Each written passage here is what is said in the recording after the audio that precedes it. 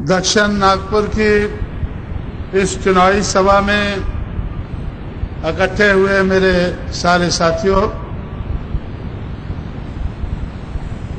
मैं आप लोगों के बीच में बहुत लंबे अरसे से आता रहा हूं। छोटी छोटी मीटिंगें लेकर, छोटे छोटे कैडर कैंप लेकर आप लोगों को बहुजन समाज बनाने के लिए प्यार करने की कोशिश करता रहा हूं। तो इसलिए इस क्षेत्र के लोग मुझे और मेरे ख्यालात को अच्छी तरह से जानते हैं। मेरे से बहुत से साथियों का नजदीक का संबंध है। मैं छोटी बड़ी मीटिंगों में आपके बीच में आता रहा हूं, आपको नजदीक से जानता हूं, आप लोग मुझे नजदीक से जानते हैं। लेकिन इस मौके पर ऐसे मौके पर मैं आप लोगों के बीच में आया हूं जब आपको सरकार बदलने का, बहुजन समाज के हित की सरकार बनाने का मौका मिल रहा है। ऐसे मौके पर मैं आपके सामने मौके से संबंधित कुछ बातें कहना चाहूंगा। साथियों, चुनाव तो आप लोगों ने पहले भी बहुत से लड़े हैं। रिपब्लिकन पार्टी के माध्यम से लंबे अरसे से आप लोग चुनाव लड़ते आए हैं और किस लिए आप लोग चुनाव लड़ते हैं ये भी आप लोगों को जानकारी है। किस मूवमेंट को आप लोगों को चलाना है, आप लोगों ने चलाने की कोशिश की है, ये भी जानकारी है। नागपुर को बाबा साहब अम्बेडकर की कर्मभूमि कहते हैं, तो ऐसे लोगों की क्या जिम्मेवारी है इसकी भी आप लोगों को जानकारी है। आप लोगों ने वो जिम्मेवारी कितनी निभाई है इसकी भी आप लोगों को जानकारी है और मुझे भी जानकारी है। तो इस सारी जानकारी के बाद आज मैं आप लोगों के बीच में ऐसे मौके पर आया हूं, आप लोगों को अपने ऊपर भरोसा कायम कराने के लिए आप लोगों के बीच में आया हूं। आप लोग जानकार लोग हैं, हर प्रकार से जानकार लोग हैं, लेकिन जानते हुए भी अपनी जिम्मेवारी को आज तक उस पैमाने पर नहीं निभा पाए हैं जिस पैमाने पर निभाना चाहिए था। ये काम अभी बाकी है। जानकारी का काम तो बहुत कुछ हो चुका है। मैं आज अमरावती की तरफ से आते वक्त, आरबी की तरफ से आते वक्त जब मैं रिजर्व बैंक के पास से गुजर रहा था तो मैंने अपने साथी से, उबाले से पूछा कि इधर कुछ हमारे पुराने साथी थे जो मुझे अच्छी तरह से जानते हैं, मैं भी जानता हूं, वो अध्ययन मंडल चला रहे थे। अभी भी वो अध्ययन कर रहे हैं क्या? अध्ययन उनका खत्म हुआ है, संपला है या नहीं संपला है? अगर अध्ययन संपला है तो फिर काम शुरू हो जाना चाहिए। अध्ययन तो बहुत हो गया है, अध्ययन किसी मकसद के लिए किया जाता है, अध्ययन ही एक मकसद बन के न रह जाए। मुझे ऐसा लगा है कि जो सूझबूझ वाले पढ़े लिखे लोग हैं नागपुर के, जिनकी बड़ी जिम्मेवारी थी कुछ करने की, वो अध्ययन करके ही घर में बैठ गए हैं। जब कुछ पैसा इकट्ठा हो जाता है तो सोचते हैं कि एक खोली और बना लो। अध्ययन करने के बाद खोली बनाना, तो भाई खोली बनाने के लिए क्या ध्यान की जरूरत है? खोली बनाने के लिए एक खोली और बन जाए,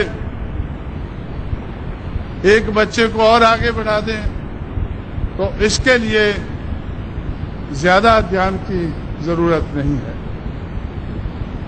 अध्ययन इसलिए किया जाता है कि अध्ययन करके, जानकारी हासिल करके, ज्ञान हासिल करके उसका किसी मकसद को पूरा करने के लिए इस्तेमाल किया जाए। इसलिए मैं नागपुर के जानकार साथियों से कहना चाहता हूं कि जो मकसद आप लोगों के सामने है, जिस मकसद को पूरा करने की आप लोगों की जिम्मेवारी है, वो मकसद अभी अधूरा है, पूरा नहीं हुआ है। मैं नागपुर में तो बाद में आया, पूना पहले पहुंचा। जब 1960 के लगभग मैं पूना में था, तो उस वक्त तो मुझे इतनी जानकारी नहीं थी, इतनी दिलचस्पी भी नहीं थी। लेकिन 1964-65 में जब दिलचस्पी हुई, मैं अपने लोगों की मीटिंगों में जाने लगा, तो उस वक्त के नेता कहा करते थे कि बाबा साहब अम्बेडकर ने हमें कहा था कि जाओ अपनी दीवारों पर लिख लो कि हमें इस देश की शासित कर्ता जमात बनना है। जाओ अपनी दीवारों पर लिख लो, हमें इस देश की शासित कर्ता जमात बनना है। मुझे बहुत अच्छा लगता था। मैं सोचता था कि ये बहुत अच्छी बात कही है, अब इसको पूरा करना है। जो लोग कहते थे कि बाबा साहब ने ऐसा कहा है, वो तो भूल भी गए हैं। जब मैं उनको याद कराता हूं, तो गांधी जी के खादी के कपड़े उनको परेशान करते हैं। दादा साहब रूपते एक नेता थे, आप लोगों ने नाम सुना होगा। वो इस बात को बहुत कहा करते थे। जब वो खादी पहनकर एमएलसी बने, फिर मिनिस्टर बने, तो मैंने उनसे कहा कि जब मेरी आपसे पहले मैंने आपका भाषण सुना था, मुझे आपकी ये बात बहुत पसंद आती थी कि हमें इस देश की शासित कर्ता जमात बनना है। लेकिन उस दिशा में तो आप लोग बढ़ते नजर नहीं आ रहे हैं।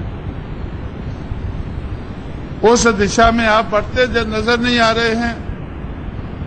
आप तो कांग्रेस के पीछे खड़े हो गए हैं, कांग्रेस के पिछलग्गू बन गए हैं।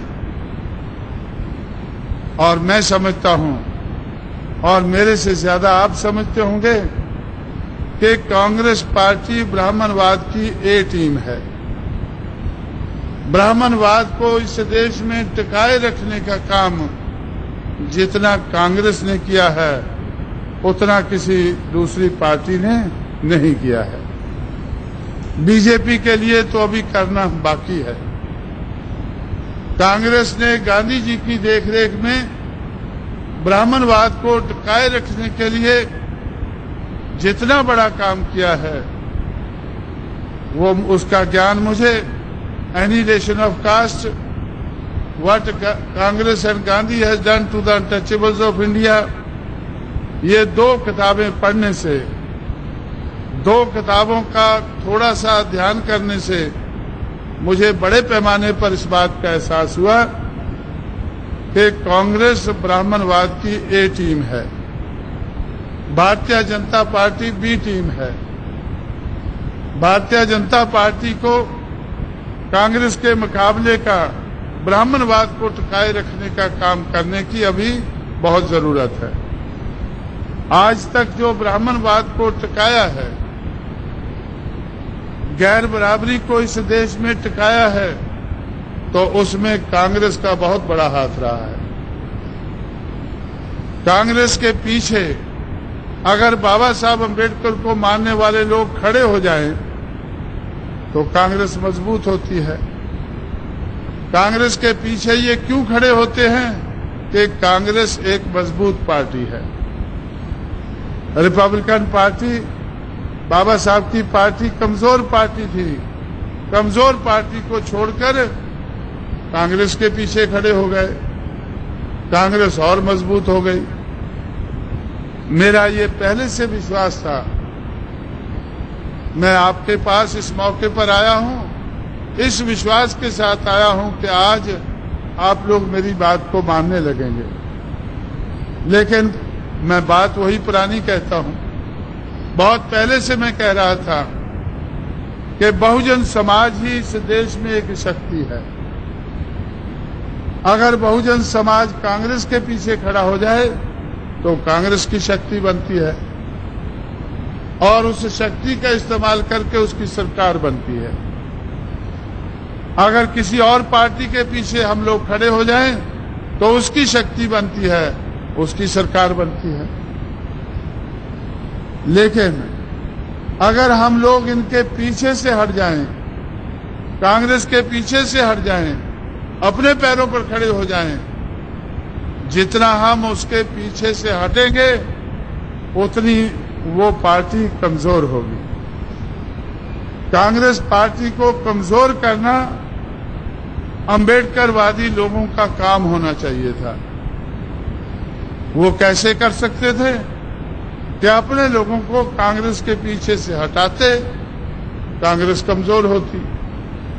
लेकिन अम्बेडकरवाद को चलाने की जिन लोगों की जिम्मेवारी थी, वो लोग दूसरों को कांग्रेस के पीछे से हटाने की बजाय खुद कांग्रेस के पीछे जाकर खड़े हो गए। अपना लालच, अपना स्वार्थ पूरा करने के लिए वो लोग कांग्रेस के पीछे खड़े हो गए। उस वक्त मुझे थोड़ी थोड़ी जानकारी हो रही थी। मैं उनसे पूछ रहा था कि भाई, जो काम आप कर रहे थे मैं तो समझता हूं अच्छा कर रहे थे। जो काम आप रिपब्लिकन पार्टी को चलाने का कर रहे थे, अच्छा कर रहे थे, यह अच्छा काम छोड़कर यह बुरा काम क्यों कर दिया है। वो कहने लगे कि हमें काम तो अच्छा है, नाम भी अच्छा है, सब कुछ है, लेकिन बाबा साहब का नाम लेकर हम एमएलए एमपी नहीं बन सकते हैं। फुले शाहू अम्बेडकर का नाम लेकर हम लोग एमएलए एमपी नहीं बन सकते हैं। एमएलए एमपी हम नहीं बनते हैं तो हमारा समाज भी हमारी कदर नहीं करता है। मेरा ये विश्वास था कि हमें, हमारा समाज अगर हमारी कदर नहीं करता है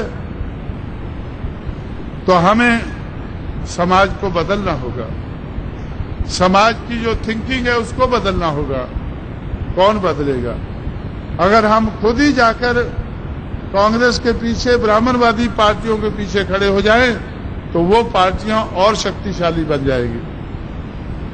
तो ये सारी बातें मैं महाराष्ट्र में सोचकर समझकर अपने साथियों से बातचीत करने के बाद तो फिर मैं उत्तर भारत की तरफ गया और उत्तर भारत में मैंने लोगों से कहा,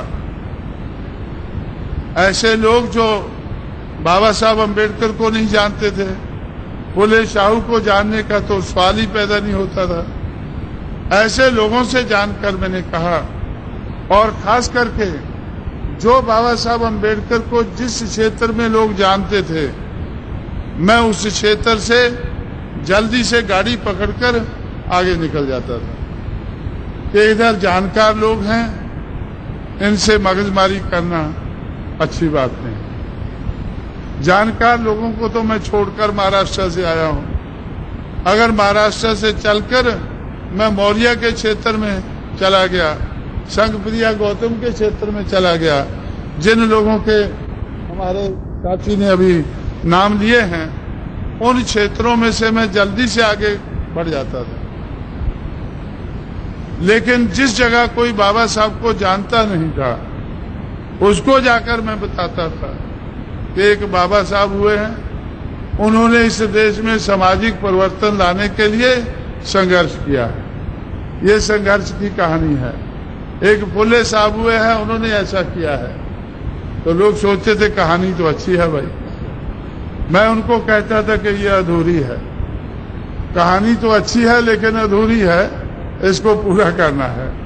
अब पूरा कौन करेगा? फुले, साहू, अंबेडकर तीनों जिंदा नहीं है। ये काम तो हम लोगों को करना होगा। तो हम लोग वो पूछते थे कि कैसे करेंगे? भाई हम अपने दुश्मन के पीछे खड़े हैं। जब हम दुश्मन के पिछलग्गू बन जाते हैं तो दुश्मन मजबूत होता है। आओ हम इसके पीछे से हटें, हम कांग्रेस के पीछे से हटें, अपने पैरों पर खड़े हों। काम मुश्किल है, ये मुश्किल काम करना होगा। जब तक होता नहीं है तब तक सब्र रखना होगा। ये मुश्किल काम करना होगा और जब तक होता नहीं है तब तक सब्र रखना होगा। आप लोगों को शायद, आप लोग तो जानकार हैं, मेरे बारे में भी जानकारी है। आप लोगों को, बहुत से लोगों को जानकारी होगी कि जब मैंने पार्टी बनाई तो मैंने 233 कैंडिडेट उत्तर प्रदेश में खड़े किए। हर कैंडिडेट को मैंने बुलाकर, एक जगह बुलाकर उनसे कहा कि आप लोगों को मैंने टिकट तो दे दिया है, टिकट तो मैंने लखनऊ का दिया है, लेकिन आप लोगों में से कोई लखनऊ पहुंचने वाला नहीं है। लखनऊ उत्तर प्रदेश की राजधानी है, टिकट लखनऊ का दिया है, लेकिन कोई लखनऊ पहुंचने वाला नहीं है। और हमारा मैनिफेस्टो है कि हम टिकट बनाना सीखेंगे। एक लाइन का मैनिफेस्टो है कि हम दूसरों से टिकट पर नहीं खड़ेंगे, अपने पैरों पर खड़ा होकर अपना टिकट बनाकर हम अपने टिकट से असेंबली में, पार्लियामेंट में पहुंचने की कोशिश करेंगे। ये टिकट जो मैं आपको दे रहा हूं, ये प्लेटफॉर्म टिकट है।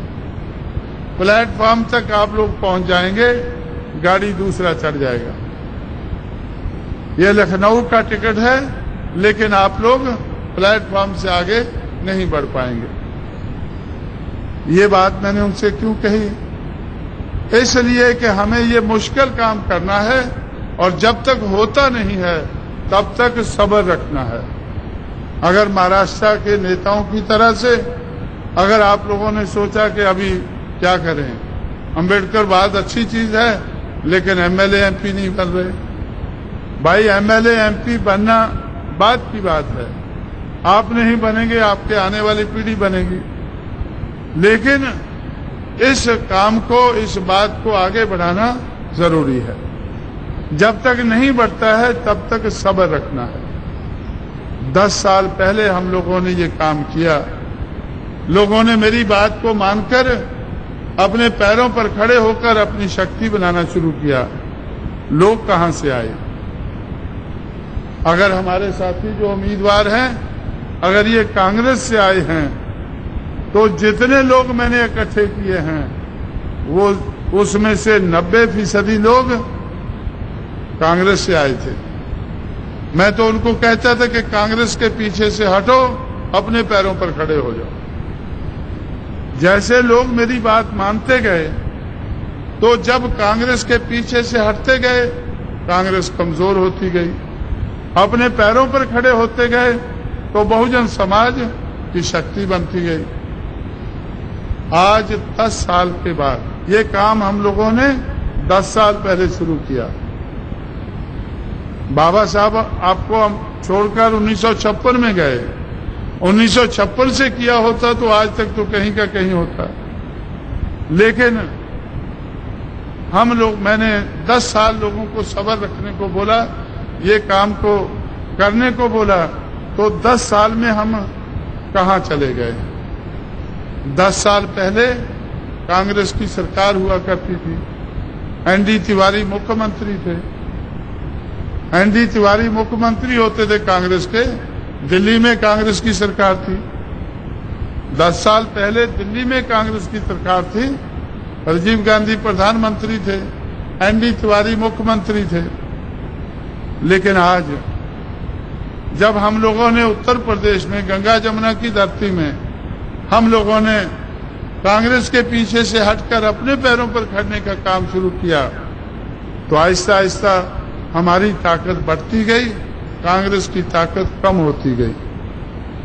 आप लोग कांग्रेस से बहुत घबराते हैं कि बहुत शक्तिशाली है, लेकिन मैं आपको बताना चाहता हूं कि 10 साल पहले जब मैंने ये काम उत्तर भारत में शुरू किया या उत्तर प्रदेश में शुरू किया, तो कांग्रेस बहुत ज्यादा शक्तिशाली पार्टी थी।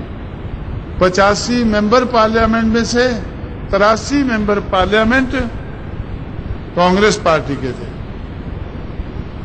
और 425 एमएलए में से लगभग 328 एमएलए कांग्रेस पार्टी के थे। इतनी शक्तिशाली पार्टी उत्तर प्रदेश में कांग्रेस थी। उस बहुत ज्यादा शक्तिशाली कांग्रेस पार्टी को आज हम लोगों ने मिट्टी में मिला दिया है। 10 साल पहले उनके 328 के लगभग एमएलए थे, आज उनके 28 एमएलए हैं। 300 चले गए हैं। कहां चले गए हैं? बहुजन समाज के पास चले गए हैं। 10 साल पहले कांग्रेस के 328 के लगभग एमएलए थे, हमारा कोई नहीं था। जिनको मैंने टिकट दिया था पहले ही कह दिया था कि लखनऊ कोई नहीं पहुंचेगा, ये प्लेटफॉर्म तक जा सकते हैं। तो उन लोगों ने सब्र किया, कांग्रेस के पीछे से हटते गए, अपने पैरों पर खड़ते गए और आज कांग्रेस के 328 से घटकर 5 साल के बाद 96 हुए, फिर 46 हो गए, फिर ये जो पिछला चुनाव हुआ है उसमें 28 रह गए हैं। आज अगर चुनाव होता है तो ज्यादा से ज्यादा 8 रह जाएंगे। तो इतनी बड़ी शक्तिशाली कांग्रेस पार्टी बहुजन समाज के लोगों ने अपने पैरों पर खड़े होकर वो एक सबसे कमजोर पार्टी बनाकर रख दी है, खड़ी कर दी है। ऐसा क्यों हुआ है कि बहुजन समाज ब्राह्मणवादी पार्टियों के पीछे से हटकर अपने पैरों पर खड़ा हुआ है। जिन पार्टियों के पीछे से हटे हैं वो कमजोर हो गई हैं और अपने पैरों पर खड़े होकर बहुजन समाज की शक्ति बन गई है। उस शक्ति का सहारा लेकर बहुजन समाज पार्टी का मुख्य लक्ष्य है सामाजिक परिवर्तन, बहुजन समाज की आर्थिक मुक्ति। ये तो बहुत बड़ा काम है। आज भी मैं अपने लोगों से कहता हूं, अपने साथियों से कहता हूं, इसके लिए तो लंबा संघर्ष करना होगा और करेंगे, सब्र के साथ करेंगे, आने वाली पीढ़ियों को भी तैयार करके जाएंगे। ये काम तो हमें लंबे अरसे तक करना होगा, इसको ज्यादा समय लगता है, लेकिन राजनीतिक परिवर्तन, सामाजिक परिवर्तन, आर्थिक परिवर्तन को ज्यादा समय लगता है। लेकिन मेरा ये तजुर्बा है कि राजनीतिक परिवर्तन बहुत जल्दी हो जाता है। 10 साल में हो गया है। 10 साल पहले हम लोग ने पार्टी बनाना शुरू किया, एनडी तिवारी मुख्यमंत्री थे, कांग्रेस पार्टी की सरकार थी और बहुजन समाज के लोग, बहुजन समाज के हर अंग के लोग, चाहे शेड्यूल्ड कास्ट हैं, ट्राइब हैं, बैकवर्ड हैं, माइनॉरिटीज के लोग हैं, तो कांग्रेस की सरकार होती थी और सरकार के दरवाजे पर ये लोग धरना लगाकर बैठते थे। अपनी मांगे लेकर सरकार के दरवाजे पर धरना लगाकर बैठते थे। 10 साल के बाद आज जब मैं आप लोगों के बीच में बोल रहा हूं, आज बहुजन समाज की सरकार है और कांग्रेस पार्टी एनडी तिवारी की देखरेख में धरना लगाकर बैठी है। उत्तर प्रदेश में लखनऊ उत्तर प्रदेश की राजधानी है, जहां से सरकार चलती है, तो बहुजन समाज सरकार चला रहा है। और कांग्रेस पार्टी, जिसको आप शक्तिशाली पार्टी कहते हैं, बाबा साहब के मिशन को छोड़कर आप लोग कांग्रेस के पीछे खड़े हो गए, उसकी शक्ति को और बढ़ा दिया, इतना बढ़ा दिया कि उन्होंने आपको बेवकूफ बनाते गए। उन्होंने रेजोल्यूशन पास किया कि अम्बेडकर यूनिवर्सिटी मराठवाड़ा यूनिवर्सिटी के साथ नाम जोड़ देंगे। 16 साल तक बाबा साहब अम्बेडकर को बेइज्जत होना पड़ा। आप लोग कुछ नहीं कर पाए, चिल्लाते रहे, लेकिन वो नाम का परिवर्तन नहीं करा पाए। क्यों नहीं करा पाए? क्योंकि आप लोगों ने अपने आप को कमजोर कर लिया। आप लोग तो कांग्रेस के पीछे खड़े हो गए, तो कांग्रेस वालों ने सोचा कि अब इनको क्या देना लेना भाई, इनकी तो कोई शक्ति नहीं है, ये तो हमारी शक्ति को बढ़ाने वाले लोग हैं, हमारे पीछे खड़े हो गए हैं। अम्बेडकर को मानने वाले लोग, अम्बेडकर को हार पहनाने वाले लोग, अम्बेडकर को मोमबत्ती दिखाने वाले लोग, ये तो हमारे पीछे खड़े हो गए हैं। अब इनको क्या देना लेना है? उन्होंने रेजोल्यूशन पास करने के बाद भी अम्बेडकर यूनिवर्सिटी आप लोगों को नहीं दी। लेकिन उत्तर प्रदेश में हम लोग उनके पीछे से हटते गए। वो कोशिश करते गए, भाई ना हटो। वो कोशिश करते गए कि ना हटो। बाबा साहब अम्बेडकर को मानने वाले लोगों को वो कहते गए ना हटो। तो उन्होंने कहा कि भाई आप लोग, आपकी सरकार अच्छी नहीं है, बाबा साहब यूनिवर्सिटी का नाम आप नहीं दे रहे, उधर रेजोल्यूशन पास किया, महाराष्ट्र में नहीं दे रहे हैं। वो कहने लगे हमारे पीछे से ना हटो।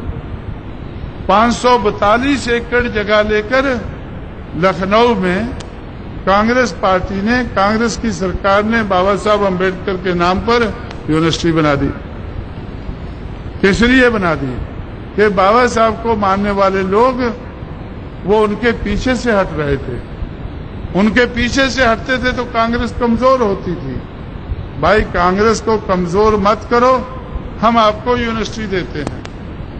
अब इधर बाबा साहब को मानने वाले लोग वो आहिस्ता आहिस्ता करके बाबा साहब की मूवमेंट को छोड़कर कांग्रेस के पीछे खड़े हो गए और फिर मांगते हैं कि भाई बाबा साहब का यूनिवर्सिटी दे दो।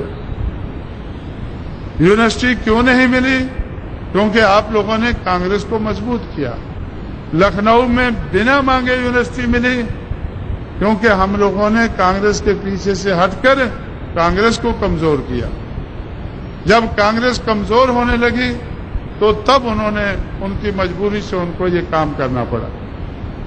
तो इस किस्म का परिवर्तन उत्तर भारत में क्यों हुआ कि हम लोग कांग्रेस के पीछे से हटकर, ब्राह्मणवादी पार्टियों के पीछे से हटकर अपने पैरों पर खड़े होकर अपनी शक्ति बना के आज हम लोग सरकार चला रहे हैं।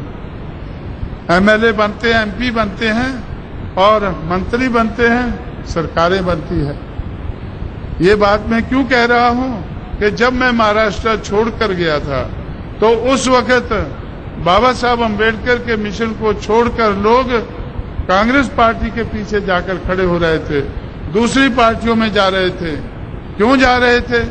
जब मैं उनसे पूछता था क्यों जा रहे थे, कि बाबा साहब का मिशन तो अच्छा है लेकिन बाबा का नाम लेकर हम एमएलए एमपी नहीं बन सकते हैं। मैं आपसे क्यों कह रहा हूं ये बात कि हम एमएलए एमपी बन सकते हैं। हमारे इलाका इधर बीच में बैठे हैं इधर, तो पहली बार हम लोगों ने ये जो हाथी को शिवालिक हिल्स हैं, शिवालिक हिल के जलंधर डिस्ट्रिक्ट से ये चुनकर आए, शिवालिक की पहाड़ियां हैं, उधर हाथी घूम रहा था। जो हाथी महाराष्ट्र से भगाया आप लोगों ने, उधर घूम रहा था, तो हमने इलाका को चुनकर लाए और ये हाथी पकड़कर दिल्ली आ गया। रास्ते में हरियाणा है तो उधर भी अभी हाथी है, उत्तर प्रदेश में है, मध्य प्रदेश में है, अब मध्य प्रदेश से लगा हुआ नागपुर है, इधर भी हाथी आ सकता है अगर आप लोग यही रास्ता अपनाएं कि आप लोग अपने पैरों पर खड़े होकर अपनी शक्ति बनाकर बहुजन समाज की शक्ति बनाकर। बहुजन समाज क्या है? बहुजन समाज कोई एक दो जाति का नहीं है, उन सारी जातियों का है, उन सारी 6000 जातियों का है जिनको ब्राह्मणवाद ने गिराया है, अपमानित किया है, नुकसान पहुंचाया है और पिछड़ा किया है। किसी को कम, किसी को ज्यादा। हमारे साथी जो उम्मीदवार हैं ये ओबीसी के हैं, इनको कम अपमानित किया है, आप लोगों को ज्यादा किया होगा, किसी को और ज्यादा किया होगा। जो लोग जाति के आधार पर अपमानित किए गए लोग हैं, जिनको महात्मा फुले शूद्र और अतिशूद्र कहते थे, तो उन लोगों को हमने इकट्ठा किया है और इकट्ठा करके जब गिनती की है तो हमें 100 में से 85 नजर आते हैं। परिवर्तन चाहते थे, उसके लिए उन्होंने संघर्ष किया और बहुत बड़े पैमाने पर परिवर्तित समाज व्यवस्था को किया, लेकिन वो परिवर्तन पूरा नहीं हुआ है, अधूरा रह गया है। उसको पूरा करना हम लोगों का काम है। एक दो जातियों को लेकर हम ये परिवर्तन नहीं कर सकते हैं, तो ये काम कौन करेगा? जिनकी जरूरत है, जिनको परिवर्तन की जरूरत है। जरूरत किनको है? जिनको ब्राह्मणवाद ने गिराया है, पिछाड़ा है, अपमानित किया है। ऐसे सारे लोगों को मिलकर ये परिवर्तन करना होगा।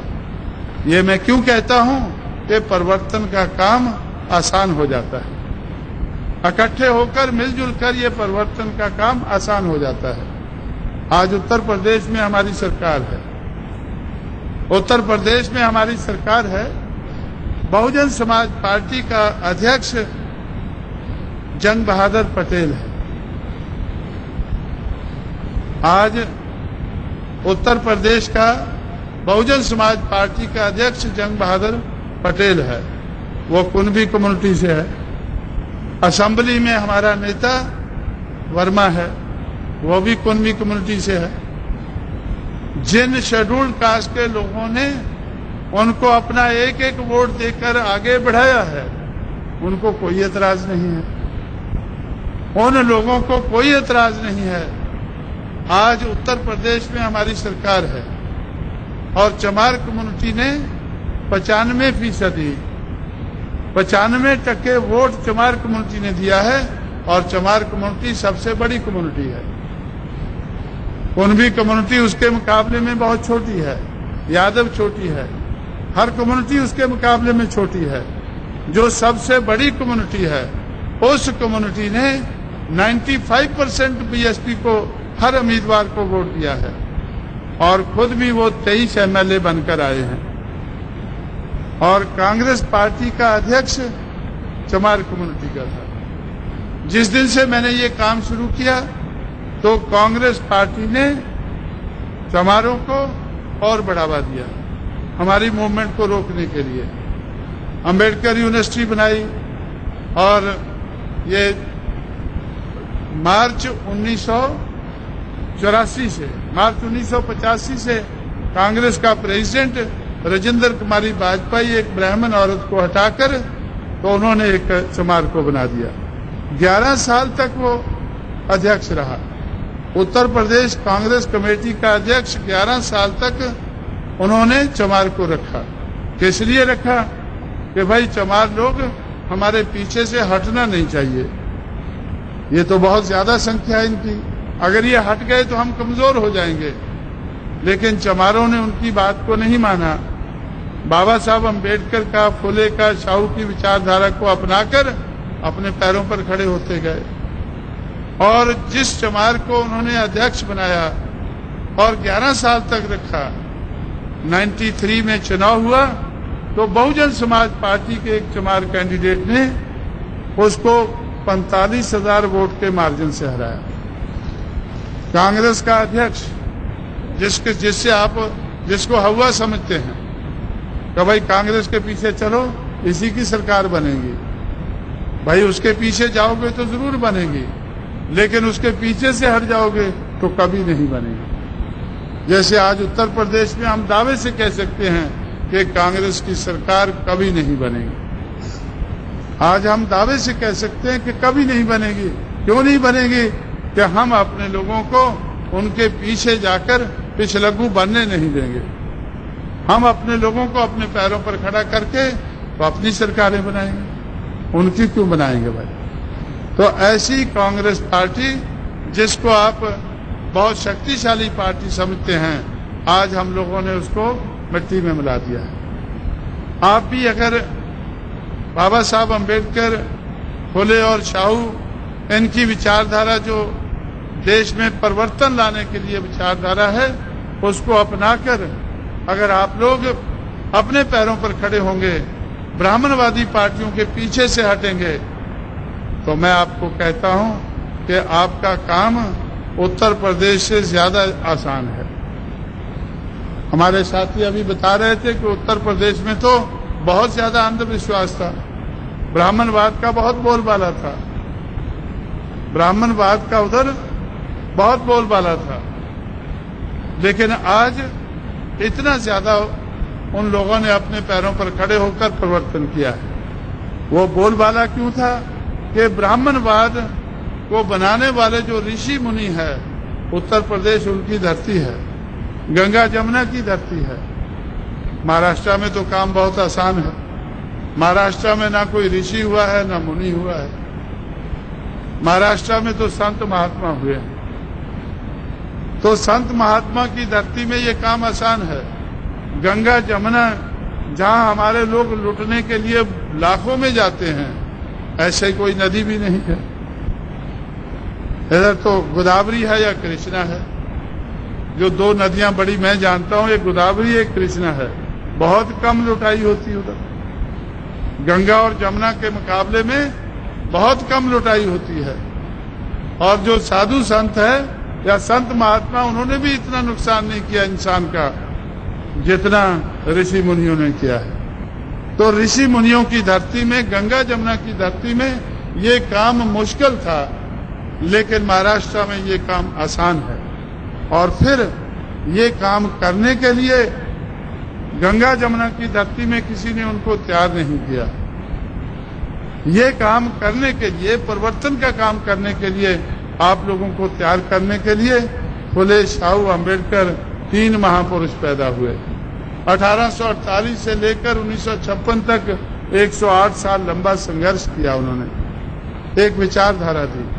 तो इसलिए आपका काम बहुत ज्यादा आसान है।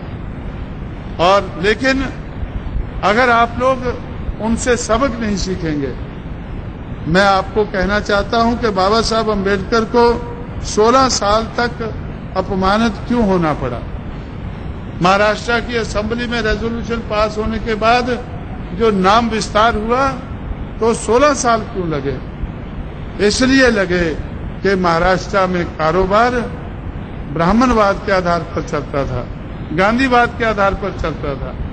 अगर फुले और शाहू का मिशन चलता तो बाबा साहब को अपमान न होना पड़ता, बाबा साहब का मान और सम्मान होता। जैसे शाहू के जमाने में शाहू महाराज ने खुद बाबा साहब अम्बेडकर का सम्मान किया, तो अगर उनका मिशन चलता रहता, लेकिन उनको मानने वाले लोग गांधी जी के चक्कर में आ गए और ब्राह्मणवाद को चलाने लगे। आज महाराष्ट्र में ब्राह्मणवाद को कौन चला रहा है? जिसको शाहू का मिशन चलाना चाहिए था, फुले का चलाना चाहिए था, वो ब्राह्मणवाद को चला रहा है। उनको देखकर अम्बेडकरवादी भी उनके पीछे लग गए। इसलिए साथियों, मैं आपसे ये कहना चाहूंगा कि आप लोग इस मौके पर, जब राजनीतिक परिवर्तन जल्दी हो सकता है, राजनीतिक परिवर्तन का मौका है, राजनीतिक परिवर्तन जल्दी हो सकता है। जिस देश में एक आदमी का एक वोट है, एक वोट की एक कीमत है, राजनीतिक परिवर्तन वोट के आधार पर वोट का सही इस्तेमाल करने से जल्दी हो सकता है। उस राजनीतिक परिवर्तन का सहारा लेकर हम लोग सामाजिक परिवर्तन और आर्थिक परिवर्तन को जल्दी ला सकते हैं। इसलिए मैं आप लोगों से इस मौके पर कहने आया हूं कि आप लोगों ने आज तक अपने वोट का सही इस्तेमाल नहीं किया। आप लोगों ने आज तक अपने वोट का सही इस्तेमाल नहीं किया। आप लोग जो मुझे कुछ सुनने को मिला इधर, आप लोग कहते होंगे कि भाई हम लोग बौद्ध बन गए हैं, हम बौद्ध को वोट देंगे। भाई आप लोगों ने अपनी जाति को आज तक वोट दिया है, मैं मानता हूं, बहुत बड़े पैमाने पर दिया है, लेकिन कभी जीत नहीं पाए, कभी जीत नहीं पाए। वोट तो देते रहे हैं। दक्षिण नागपुर में भी आप लोगों ने अपनी जाति के लोगों को हमेशा वोट दिया है, लेकिन जीत नहीं पाए हैं। लेकिन उत्तर भारत में हम लोग क्यों जीत पाते हैं? क्योंकि हम लोग सारे ब्राह्मणवादी मूवमेंट के जो शिकार लोग हैं, जो शूद्र हैं, अति शूद्र हैं, उन सबको इकट्ठा करके उनकी मेजॉरिटी बनाते हैं। तो मेजॉरिटी बनाने से तो आप लोगों को किसी के साथ किसी की तरफ ताकने की जरूरत नहीं है। बहुजन समाज के लोग जब वो बहुजन समाज बना लेते हैं तो जीतने लग जाते हैं, एमएलए एमपी बनने लग जाते हैं, सरकारें बनाने लगते हैं। अभी तक हम लोग 15% से ज्यादा बहुजन समाज नहीं बना पाए हैं। 85% लोगों को इकट्ठा नहीं कर पाए हैं। 85 की जरूरत भी नहीं है। जिस दिन हम इनको 51% इकट्ठा कर देंगे तो सारी पार्टियां एक तरफ होगी और बहुजन समाज पार्टी एक तरफ होगी। मैं आपसे आज कहना चाहता हूं, आप लोग मेरी बात को याद रखें। चंद सालों में आप देखेंगे कि Congress, BJP, Janata Dal, CPI, CPM और दूसरी ब्राह्मणवादी पार्टियां 5 साल के अंदर अंदर वो एक हो जाएंगी। इसलिए एक हो जाएंगी बहुजन समाज पार्टी का मुकाबला करने के लिए। लेकिन फिर भी वो लोग हमारा मुकाबला नहीं कर पाएंगे। 15 वाले लोग 85 का कैसे मुकाबला कर पाएंगे? जब वोट की गिनती होती है तो 15 वाले आज 5 पार्टियों में हैं। 15 वाले 5 पार्टियों में हैं। अगर वो एक हो जाते हैं तो भी वो 85 नहीं बन सकते हैं, 51 नहीं बन सकते हैं। इसलिए तो आप लोगों से मैं ये कहना चाहता हूं कि आप लोग बहुजन समाज बनाएं। ब्राह्मणवाद के हर शिकारी को आप लोग गले लगाएं। जैसे हमारे साथी ने अभी अभी कहा कि बौद्ध लोगों के साथ धोखा होता है, मुसलमानों के साथ क्या कम होता है? मुसलमानों के साथ क्या कम धोखा होता है? शेड्यूल कास्ट, शेड्यूल ट्राइब के साथ तो सबसे ज्यादा होता है। आप लोग अभी अभी बहुत बने हैं, पहले तो आपके बुजुर्ग तो शेड्यूल कास्ट, शेड्यूल ट्राइब थे, तो उनका शिकार तो ब्राह्मणवाद का शिकार तो बड़े पैमाने पर रहे हैं। तो इसी तरह से तो अगर मुट्ठी भर लोग बौद्ध बनकर रह जाएंगे और अपने ही वोट से कुछ करना चाहेंगे, नहीं कर पाएंगे। बौद्ध भी अगर बनना है तो कम से कम 15-20 करोड़ तो बनने चाहिए।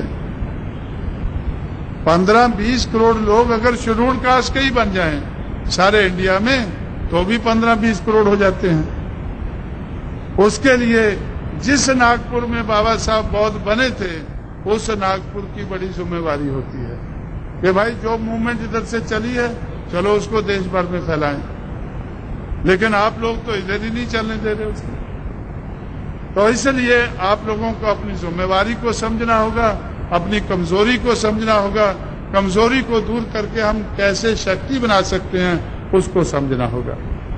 इसलिए आज जो हम लोगों ने टिकट दिए हैं उसमें बौद्ध भी हैं, कुणबी भी हैं और सेंट्रल नागपुर से हलवा कोष्ठी है। तो भाई क्या बुरा है? हलवा कोष्ठी भी दुखी है, कुणबी भी वैसे ही है।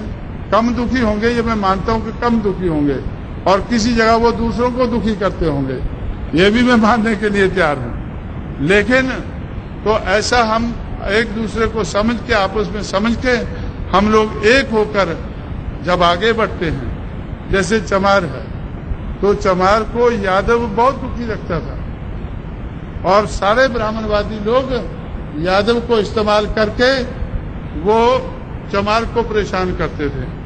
लेकिन आज यादव और चमार एकजुट होकर ब्राह्मणवाद का बड़े पैमाने पर मुकाबला कर रहे हैं।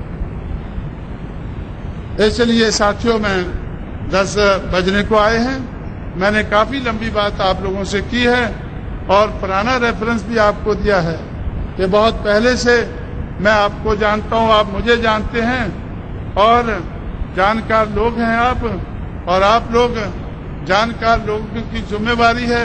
जिम्मेवारी निभाने के लिए आप लोग अपने पैरों पर खड़े होकर, और चुनाव का मौका है, इस चुनाव के मौके पर आप लोग अपना वोट जो आप लोगों ने आज तक सही इस्तेमाल नहीं किया है, इस मौके पर सही इस्तेमाल करेंगे और हाथी के निशान पर मोहर लगाकर ज्यादा से ज्यादा मतों से अपने उम्मीदवारों को पूरे महाराष्ट्र में जिताएंगे, पूरे विदर्भ में जिताएंगे। आपका ये दक्षिण नागपुर का क्षेत्र है, दक्षिण नागपुर में तो बहुत बड़े पैमाने पर जिताएंगे। ऐसा मैं आपसे अपील करते हुए, सहयोग की आशा रखते हुए मैं आपसे विदा लेता हूं। जय भीम, जय भारत।